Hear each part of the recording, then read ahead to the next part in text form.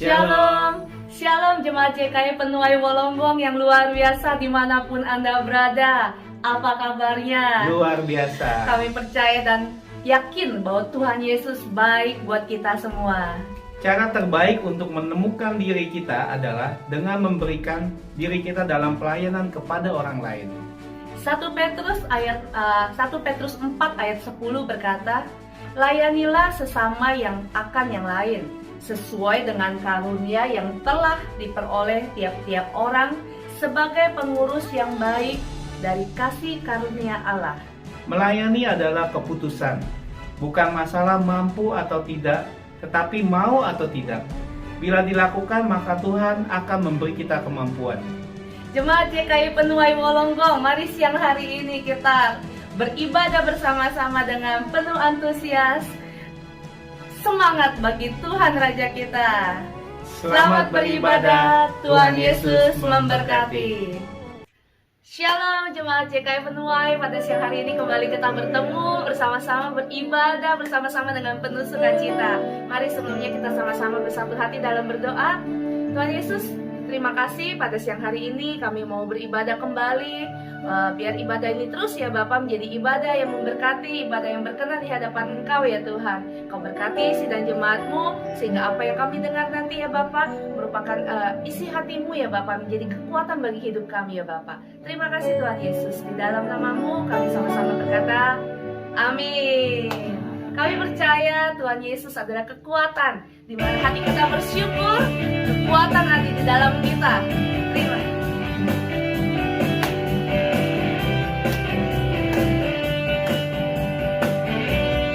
Mari kita buka suara kita nyanyi bersama-sama.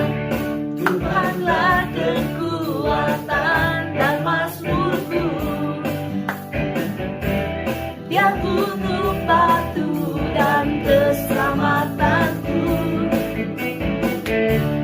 Hanya padamu hatiku percaya,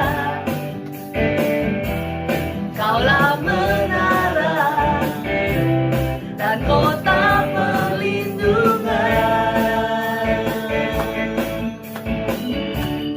Ku mau selalu bersyukur sebab cinta-Mu padaku takkan pernah berubah.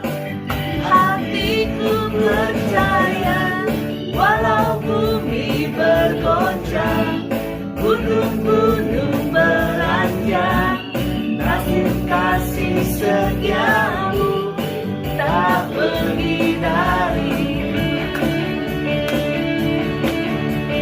Kita nyanyi dari awal. Tuhan kekuatan dan mazmur.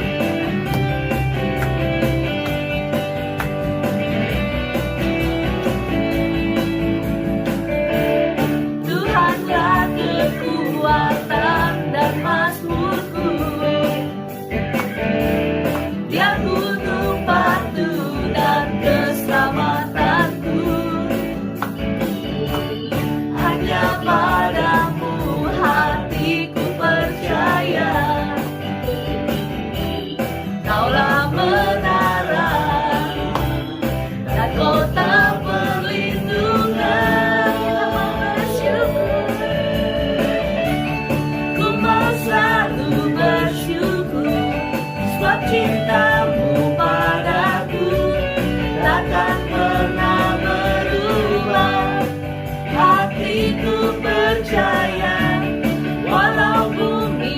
bergoncang, gunung-gunung beranjak, namun kasih setiamu tak pergi darimu. Ku mau selalu bersyukur, sebab cintamu padaku takkan pernah berubah. Hatiku percaya, walau bumi bergoncang, gunung-gunung beranjak, namun kasih setiamu tak pergi dariku. Kasih setiamu tak pergi dariku. Kasih setiamu tak pergi dariku. Amin. Kami percaya kasih Tuhan tidak pernah pergi dari kita. Kita penuh dengan ucapan syukur kita. Mari biarkan hati kita terus percaya kepada Tuhan, walaupun di musim apapun, situasi apapun, biar hati kita terus percaya kepada Tuhan yang memegang hidup kita.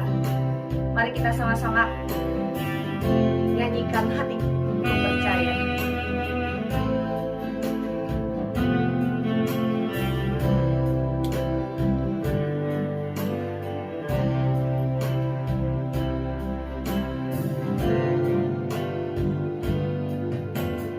Saat ku tak melihat jalanmu, saat ku tak mengerti rencanamu, namun tetap ku pegang janjimu. Pengharapanku hanya padamu. Hatiku percaya,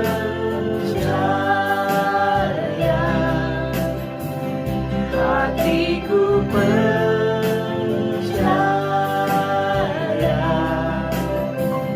hatiku percaya, selalu ku percaya. Kita nyanyikan dari awal lagi dengan hati yang penuh percaya. Saat ku tak melihat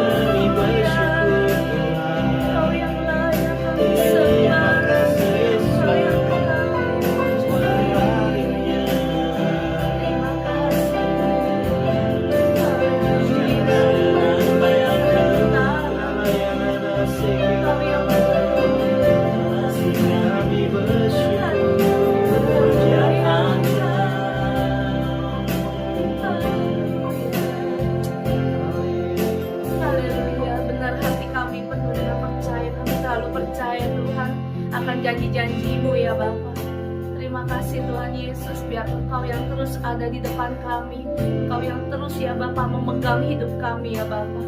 Terima kasih Tuhan Yesus. Terima kasih Bapa. Di dalam nama Tuhan Yesus kami siap mau beribadah, kami mau mendengarkan isi hati. Mari sama-sama kita katakan, amin. Shalom Bapak Ibu Saudara sekalian. Sebelumnya saya mengucapkan terima kasih kepada Bapak Gembala yang sudah mengizinkan saya untuk memberitakan kebenaran firman Tuhan pada siang hari ini. Terima kasih kepada Pastor Doni. Hari ini saya akan membahas sesuatu yang agak-agak kelam, agak-agak gelap gitu, agak-agak dark. Tapi sebelum itu mari kita bersatu dalam doa. Bapa yang kami sembah dalam nama Yesus Kristus, biarlah pada siang hari ini kami semua yang mendengarkan kebenaran firman Tuhan, kami dapat hikmat dari Tuhan, kami punya akal sehat, akal budi dari Tuhan, sehingga kami dapat mencerna kebenaran firman Tuhan ini agar kami semua memiliki pembaharuan budi, sehingga kami yang mendengarkan semua bisa hidup dalam kebenaran. Terima kasih Bapa, ini kami semua yang mendengarkan kebenaran firman Tuhan dalam nama Yesus. Amin. Hari ini saya akan membahas sesuatu yang mungkin jarang orang bahas, atau ada yang pernah mendengar kata-kata ini. Saya berikan judul atau tema khotbah pada malam hari ini, pada siang hari ini adalah Memento Mori. Wah, ini mungkin kalau ada yang pernah dengar Memento Mori, atau agak sedikit kelam ya, agak sedikit kok khotbah nggak semangat gitu, bahasnya harusnya yang semangat, yang bikin kita menjalani hari sukacita. Tapi kenapa kok bahas soal kematian? Itu Memento Mori ini bahasa Latin yang dalam suatu arti adalah mengingat hari kematian, tapi dalam satu arti yang lain juga ada yang mengartikan sebagai ajakan untuk mati. Nah, mati di sini kita nggak mau bahas soal mati fisik dulu. Kita akan bahas mati secara kedagingan. Sebelum itu saya ingin membuka dengan sebuah komparasi di mana perubahan terjadi di mana-mana. Perubahan terjadi di berbagai lini, di berbagai sisi. Kita coba lihat dengan kekayaan. Pada zaman Ayub, kekayaan itu diukur dengan banyaknya ternak, banyaknya budak, banyaknya lahan pertanian yang dia miliki. Gitu. Itu disebut kaya pada waktu itu. Lalu kita agak maju sedikit di abad-abad pertengahan 1200-1600-an, di mana orang kaya adalah orang-orang yang punya lahan yang banyak. Gitu. Orang-orang kaya adalah punya lahan yang banyak. Bahkan kerajaan pun yang besar atau yang kaya itu diukur dengan seberapa besar lingkup yang bisa dia kuasai, daerah yang dia kuasai. Contoh dulu kerajaan Rusia gitu, kerajaan Tiongkok, itu kan kerajaan-kerajaan besar, diukur dari apa yang luas wilayah. Lalu sekarang ini kekayaan suatu negara itu bukan diukur dengan seberapa luas tanah yang dimiliki, lahan yang dimiliki, karena kalau ngomongin luas lahan itu pastinya luas daratan, pastinya Indonesia akan jadi yang terbelakang karena dia negara kepulauan kan. Jadi itu justru lebih banyak kalau lingkupnya itu lebih banyak lautannya dibanding daratannya. Indonesia pasti dianggap miskin, tapi enggak. Sekarang diukur dari banyaknya emas atau banyaknya simpanan emas dalam suatu negara. Gitu. Demikian juga kematian. Orang-orang saat ini dalam menghadapi kematian, untuk mempersiapkan diri kematian, itu berbeda dengan zaman dulu. Ketika zaman dulu, orang akan banyak-banyak mengumpulkan harta, membeli tanah, dan juga mungkin membuat rumah. Untuk apa? Untuk diwariskan ke anaknya. Gitu. Jadi zaman dulu begitu. Zaman sekarang untuk mempersiapkan kematian ternyata tidak cukup hanya warisan, atau bahkan orang nggak mempersiapkan warisan, tapi mereka mencegah atau mempersiapkan kematian dengan apa? Dengan adanya asuransi jiwa, asuransi kematian gitu. Dan juga untuk mempersiapkan sakit mereka udah ada tuh asuransi kesehatan lainnya. Bahkan untuk pendidikan juga ada asuransi itu. Jadi sekarang orang-orang kelihatannya sudah melek untuk mempersiapkan diri ke depannya. Tapi percayalah bahwa kematian secara jasmani, kematian itu nggak pandang umur. Kematian nggak pandang yang namanya ras. Kematian nggak pandang yang namanya kerohanian. Nggak mandang seberapa kaya Anda, nggak mandang seberapa produktif Anda, nggak mandang Anda jabatannya apa sekarang. Kematian itu pasti untuk semua orang, pasti untuk semua manusia. Baru-baru di Texas itu ada penembakan di sebuah sekolah. Bayangkan, kurang lebih yang saya lihat ada 13 korban atau bahkan lebih ya. Dan korban pertama itu adalah nenek dari si tersangka. Jadi dia baru turn kalau nggak salah 21 atau 22 tahun dia dapat uang, dia belikan itu senjata otomatis machine gun. Jadi dia beli, lalu keesokan harinya dia posting di media sosial, dia foto dua senjata itu, lalu setelah itu dia tembak neneknya, dibawa ke rumah sakit tidak bisa selamat, lalu dia pergi ke sebuah sekolah yang gak jauh dari rumahnya, lalu dia tembaki secara asal orang-orang di situ. Kalau nggak salah ada tiga orang dewasa, itu 3 guru, lalu sisanya 10 atau 11 anak-anak. Ya, dengan apapun cara kematiannya, kematian itu pasti. Jadi, kalau mau kita lihat semuanya, kenapa kita harus membahas soal kematian? Kita baca di Mazmur pasalnya yang ke-90. Mazmur pasalnya yang ke-90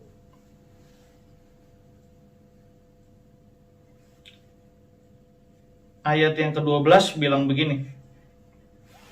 Ajarlah kami menghitung hari-hari kami sedemikian, hingga kami beroleh hati yang bijaksana.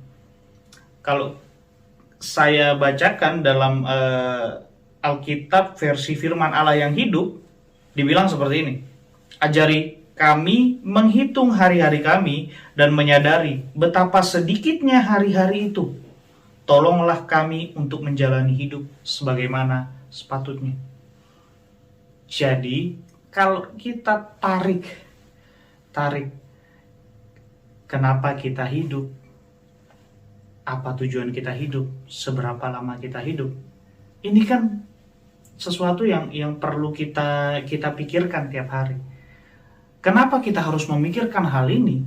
Karena percayalah, dalam memikirkan hari-hari kita yang sedikit ini, yang kita nggak tahu, bahkan ada yang mati dalam tidurnya, ada yang meninggal dalam tidurnya, ada yang meninggal bahkan saat berdoa, atau ada yang meninggal bahkan saat dia bersenang-senang.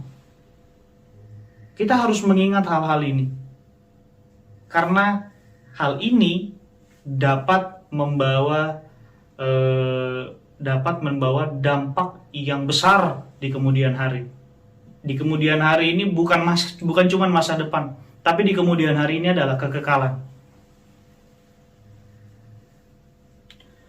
Lalu kalau kita bisa lihat di Pengkhotbah 7 ayat yang kedua,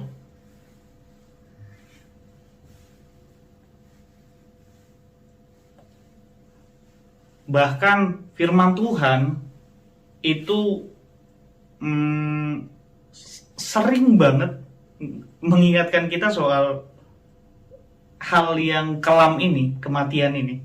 Di Pengkhotbah 7 ayat kedua yang sering banget kita dengar mungkin dari para pengkhotbah, dibilang gini, pergi ke rumah duka lebih baik daripada pergi ke rumah pesta, karena di rumah dukalah kesudahan setiap manusia.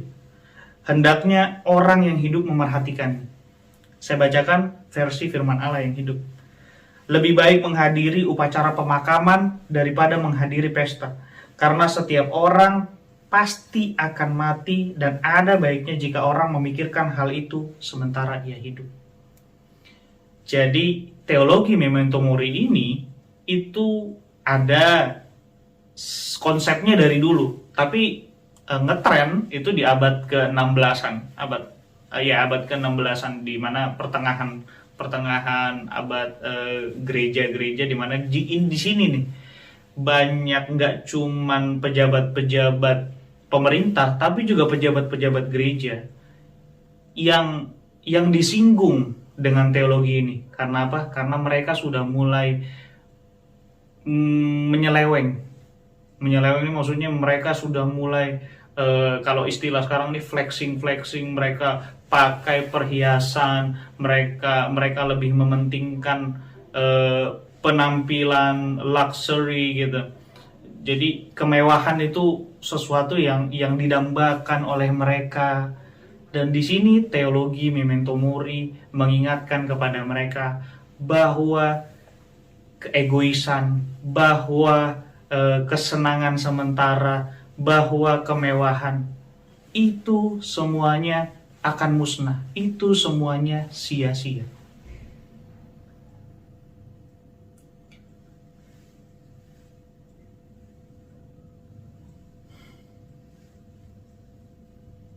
Di Yesaya 40 ayatnya yang ke-7,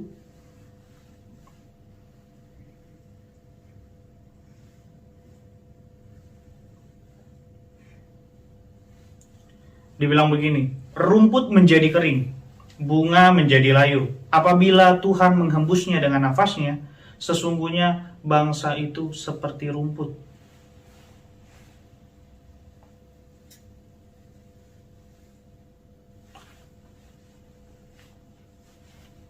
Di Yakobus juga dibilang hidup manusia tuh kayak uap, terada, terhilang. Kita nih sekejap aja di dunia. Kita nih sekelibat aja, gitu. Jadi kita harus maknai hari-hari kita dengan penuh arti.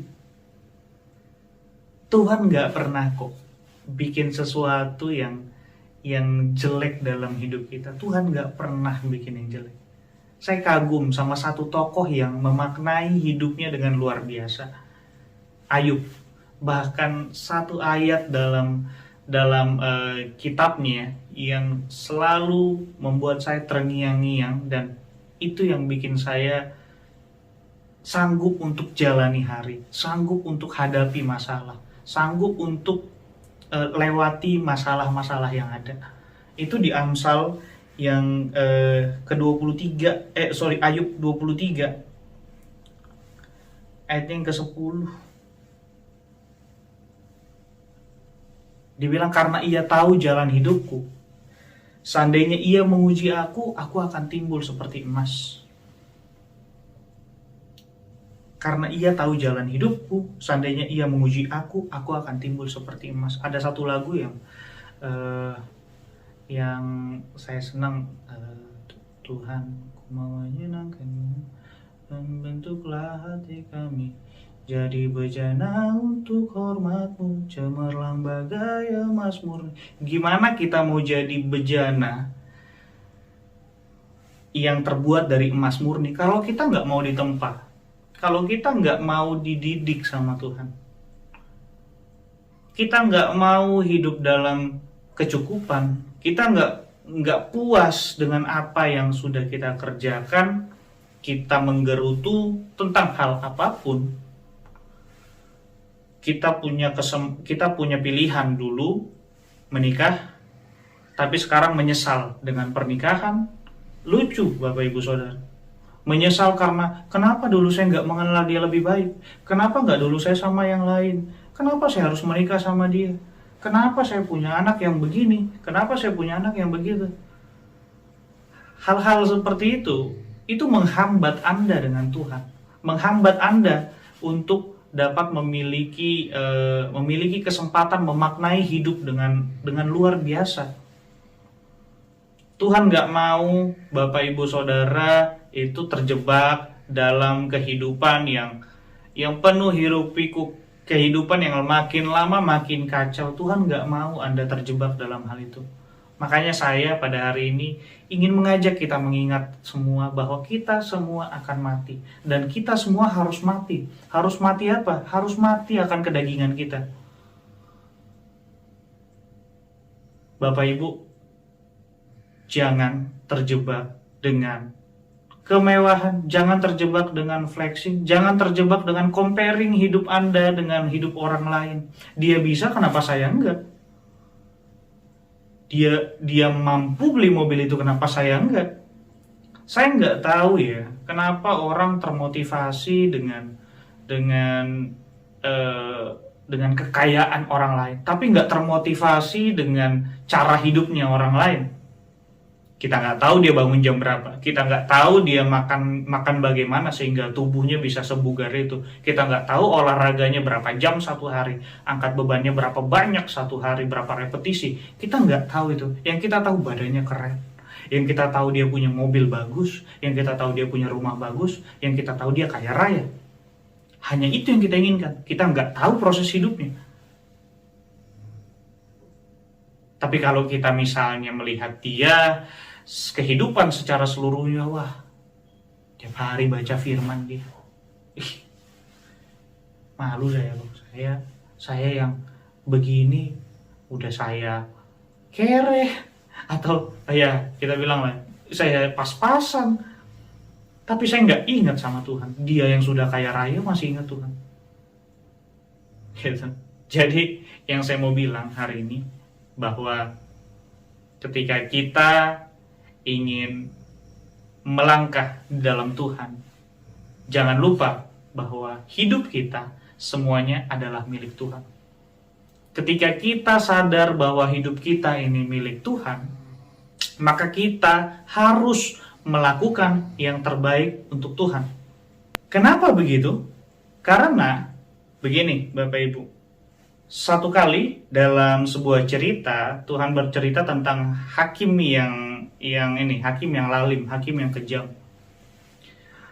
Di cerita itu Tuhan dengan bagusnya bilang ada seorang perempuan itu yang memohon setiap hari dengan pokoknya dalam tanda kutip maksa datang terus, hakim lalim, tolong dulu. Hakim yang lalim aja itu tolong perempuan itu. Hakim yang lalim aja tolong perempuan itu. Dan Tuhan bilang bagaimana dengan Tuhan. Dan di akhir kalimat itu bilang, tapi kalau anak manusia, kalau Yesus datang lagi nanti ke bumi, apakah akan didapati iman di bumi ini? Atau sederhananya bilang, kalau Yesus datang nanti ke bumi, apakah dia bisa lihat orang-orang yang beriman itu? Kita bisa bilang sekarang kita percaya sama Tuhan. Kita bisa bilang sekarang kita tuh pokoknya mau mati-matian buat Tuhan. Jaga mulut Anda, karena itu akan diuji. Karena itu akan diuji dengan waktu, karena itu akan diuji dengan keadaan yang ada. Anda mungkin bisa bilang begitu karena Anda sedang berkecukupan, Anda bisa hidup yang enak, makan enak, bisa tidur nyenyak. Tapi Anda belum dalam kondisi yang parah. Saya nggak berdoa untuk kondisi Anda parah. Tapi itulah, makanya saya mau bilang bahwa dalam hidup kita harus sadar bahwa kita akan mati. Karena kalau kita sadar kita akan mati, kita akan mempergunakan waktu kita dengan sebaik-baiknya. Jadi hari ini, memento mori adalah bagaimana kita menyikapi hidup kita Bagaimana kita menyikapi hidup kita yang adalah milik Allah, yang harus kita kembalikan kepada Allah. Ini bukan cuman ngomong soal bagaimana kamu punya karunia bahasa roh, karunia menyembuhkan, karunia lain. Enggak, ini bagaimana kamu bertanggung jawab dengan hidupmu kepada Allah. Apakah Tuhan akan lihat hidupmu beriman di matanya? Apakah Tuhan akan lihat hidupmu berkenan di hadapannya? Jadi, Bapak Ibu Saudara sekalian, kembali kepada Anda. Bagaimana Anda mau hidup? Anda hidup dengan mati secara kedagingan, atau Anda malah menikmati hidup secara kedagingan? Mari matikan kedagingan kita sama-sama. Saya tahu itu nggak mudah. Saya tahu itu sebuah hal yang sangat sulit ya, Bapak Ibu. Tapi ya itulah, Tuhan Yesus bilang kita itu hidup kalau mau sempurna ya butuh Tuhan gitu. Makanya yang letih lesu datang kepada Tuhan. Tuhan tuh bakal kasih lah yang namanya kepuasan di dalam Anda. Gitu. Kepuasannya tuh enggak yang jangan Anda pikirkan lega dan sebagainya, tapi nanti Anda bakal nikmatin itu semua ketika pengiringan Anda sama Tuhan, pengalaman rohani Anda sama Tuhan, pengalaman iman Anda sama Tuhan. Itu akan memupuk diri Anda menjadi seorang yang berkarakter seperti Kristus. Sekian dari saya, Bapak Ibu Saudara. Mari kita bersatu dalam doa. Bapa, terima kasih untuk kasih dan karunia-Mu, karena kami hari ini belajar mengenai kematian kami secara daging dan juga kematian kami secara jasmani. Kami sadari bahwa kami hidup di dunia ini masih membutuhkan uang, masih membutuhkan materi. Tapi biarlah kami semua pada hari ini, kami mau Tuhan, kami nggak mau dikuasai oleh materi-materi tersebut Tuhan. Kami nggak mau menaruh hidup kami pada materi tersebut Tuhan. Tapi biarlah kami semua pada hari ini, kami menyadari bahwa hanya Tuhanlah Sang Empunya segalanya. Tuhan yang mempunyai hidup kami, milik kami semua hanya untuk-Mu Tuhan. Kami ingin hidup hanya untuk Tuhan. Itu perkataan, doa, dan juga perjuangan kami semua Bapa. Dan kami juga tahu di mana kami semua manusia akan mati. Tapi sebelum kematian jasmani itu menjemput kami, biarlah kami punya sesuatu yang bisa kami tunjukkan kepada Tuhan, yaitu iman kami yang Engkau lihat berkenan di mata-Mu Tuhan. Terima kasih Bapa. Hanya dalam nama Yesus kami berdoa. Haleluya. Kebaktian Nawastu setiap minggu diadakan jam 10 pagi secara online streaming. Kita doakan agar seluruh jemaat diberkati Tuhan. Kebaktian JKI Host diadakan setiap minggu jam 2 via YouTube Nuraini Jire. Kebaktian JKI Hawk diadakan setiap hari Minggu jam 6 melalui via YouTube Hawk Sydney Official. Doakan agar seluruh jemaat Tuhan diberkati dalam setiap ibadah. Komsel minggu ini, Komsel ala Indo di hari Senin jam 7 PM dengan Pastor Benny Samuel. Komsel Islek setiap Rabu 7.30 bersama Pastor Donitan. Komsel Maskot setiap hari Kamis jam 7 dengan Pastor Jeffrey. Komsel Hisdal dan Siti setiap hari Jumat 7.30 bersama Pastor Villa. Komsel Kemsi di hari Jumat jam 7 bersama Miss Fanny. Connect Group Youth di hari Sabtu jam 7 bersama Pastor Yohana. Bagi Bapak, Ibu, Saudara yang mau membawa persembahan dengan cara transfer, silakan transfer ke akun gereja Indonesian Christian Fellowship, BSB number 082 332. Account number 83594 0. Shalom untuk buat semua yang sudah bergabung di ibadah streaming JKI Penuai Wolonggong siang hari ini. Tetaplah kita bersyukur dalam segala hal. Amin. Kebaktian JKI Penuai Wolonggong diadakan setiap minggu kedua dan minggu keempat setiap bulannya, jam 2 siang. Ibadah untuk sementara tetap kita adakan secara online streaming. Doakan apabila kita teringat rekan-rekan kita atau saudara kita dimanapun mereka berada. Mari kita invite dia supaya dia bisa ikut beribadah bersama-sama di JKI Penuai Wolonggong ini. Tiba saatnya kita akan membawakan persembahan, perpuluhan kita atau ucapan syukur kita. Mari sebelumnya kita sama-sama kita berdoa. Bagi Bapak Ibu yang mau mentransfer ke akun gereja, mari kita bisa transfer ke Indonesian Christian Fellowship dengan BSB number 082332 dengan akun number 8359400914. Mari Bapak Ibu kita bersatu hati, kita berdoa. Bapak, kami mengucap syukur siang hari ini ya Bapak. Terima kasih untuk ibadah yang sudah berjalan dengan baik dari awal, pertengahan, hingga akhir ya Bapak. Kiranya firman-Mu yang terus ya Bapak tertanam di hati sidang jemaat-Mu JKI Penuai Wolonggong ini menjadi kekuatan, menjadi rema ya Bapak. Sehingga hidup kami semakin diubahkan ya Bapak menjadi berkenan di hadapan Engkau ya Bapak. Terima kasih Tuhan, kami juga membawa persembahan kami, perpuluhan kami, ucapan syukur kami ya Bapa. Kiranya tangan-Mu ya Bapa yang terus memberkati, tangan-tangan yang memberi ya Bapa. Terima kasih ya Bapa karena kami percaya semua berkat yang terbaik yang datang daripada Engkau ya Bapa. Terima kasih ya Bapa, kami juga membawa beberapa ucapan syukur kami untuk keadaan yang sekarang berlangsung dengan baik ya Bapa. Kami berdoa ya Bapa untuk situasi di Wolonggong ini ya Bapa. Terima kasih untuk semakin hari ya Bapa, tangan-Mu yang tercampur tangan memulihkan ya Bapa dalam masalah COVID-19 ini ya Bapa.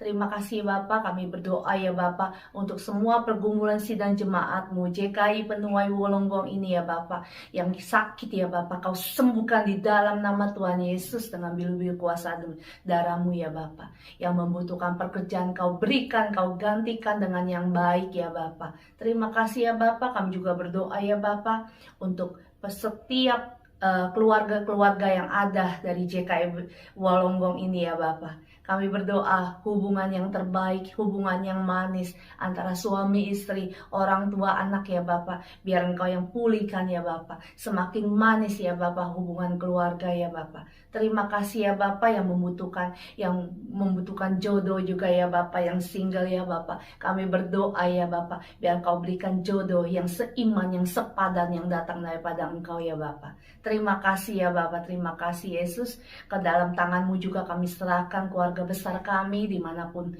mereka berada ya Bapak. Kami berdoa ya Bapak untuk orang tua kami yang masih ada, untuk anak kami, untuk kakak adik kami, keponakan kami, teman-teman kami ya Bapak dari JKI Penuai Wolonggong ini ya Bapak. Kami berdoa, kami minta perlindungan, kami minta kesehatan yang terbaik ya Bapak. Keluar masuk mereka, pekerjaan mereka Kau berkati ya Bapak. Terima kasih ya Bapak, kami serahkan ya Bapak doa-doa kami ke dalam nama Tuhan Yesus ya Bapak. Terima kasih Tuhan Yesus, haleluya, sama-sama kita katakan amin. Mari Bapak Ibu kita nyanyikan, kami memuji kebesaran-Mu. Kami memuji kebesaran-Mu, ajaib Tuhan, ajaib Tuhan.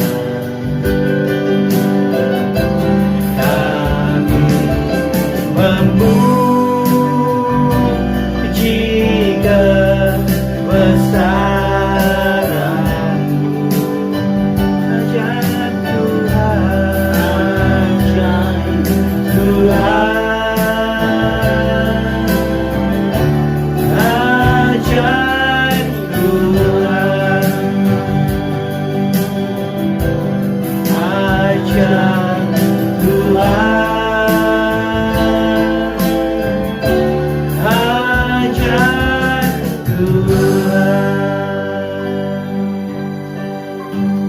Terima kasih Bapak, terima kasih Tuhan atas siang hari ini Tuhan. Kami bisa beribadah secara online, streaming ini Tuhan. Semua karena anugerah-Mu Bapak, semua karena kebaikan-Mu Tuhan. Bapak Ibu sekalian, mari kita angkat kedua tangan kita untuk menerima berkat yang datang daripada Tuhan. Jemaat GKI Benua yang luar biasa, bahwa berkat Tuhan yang berlimpah-limpah, persetujuan kasih daripada Tuhan Yesus Kristus, penyertaan penghiburan yang datang daripada Roh Kudus menuntun kita, memberkati kita mulai hari ini sampai selama-lamanya. Hanya di dalam nama Yesus Tuhan kami berdoa dan mengucap syukur. Sama-sama kita katakan amin. Shalom.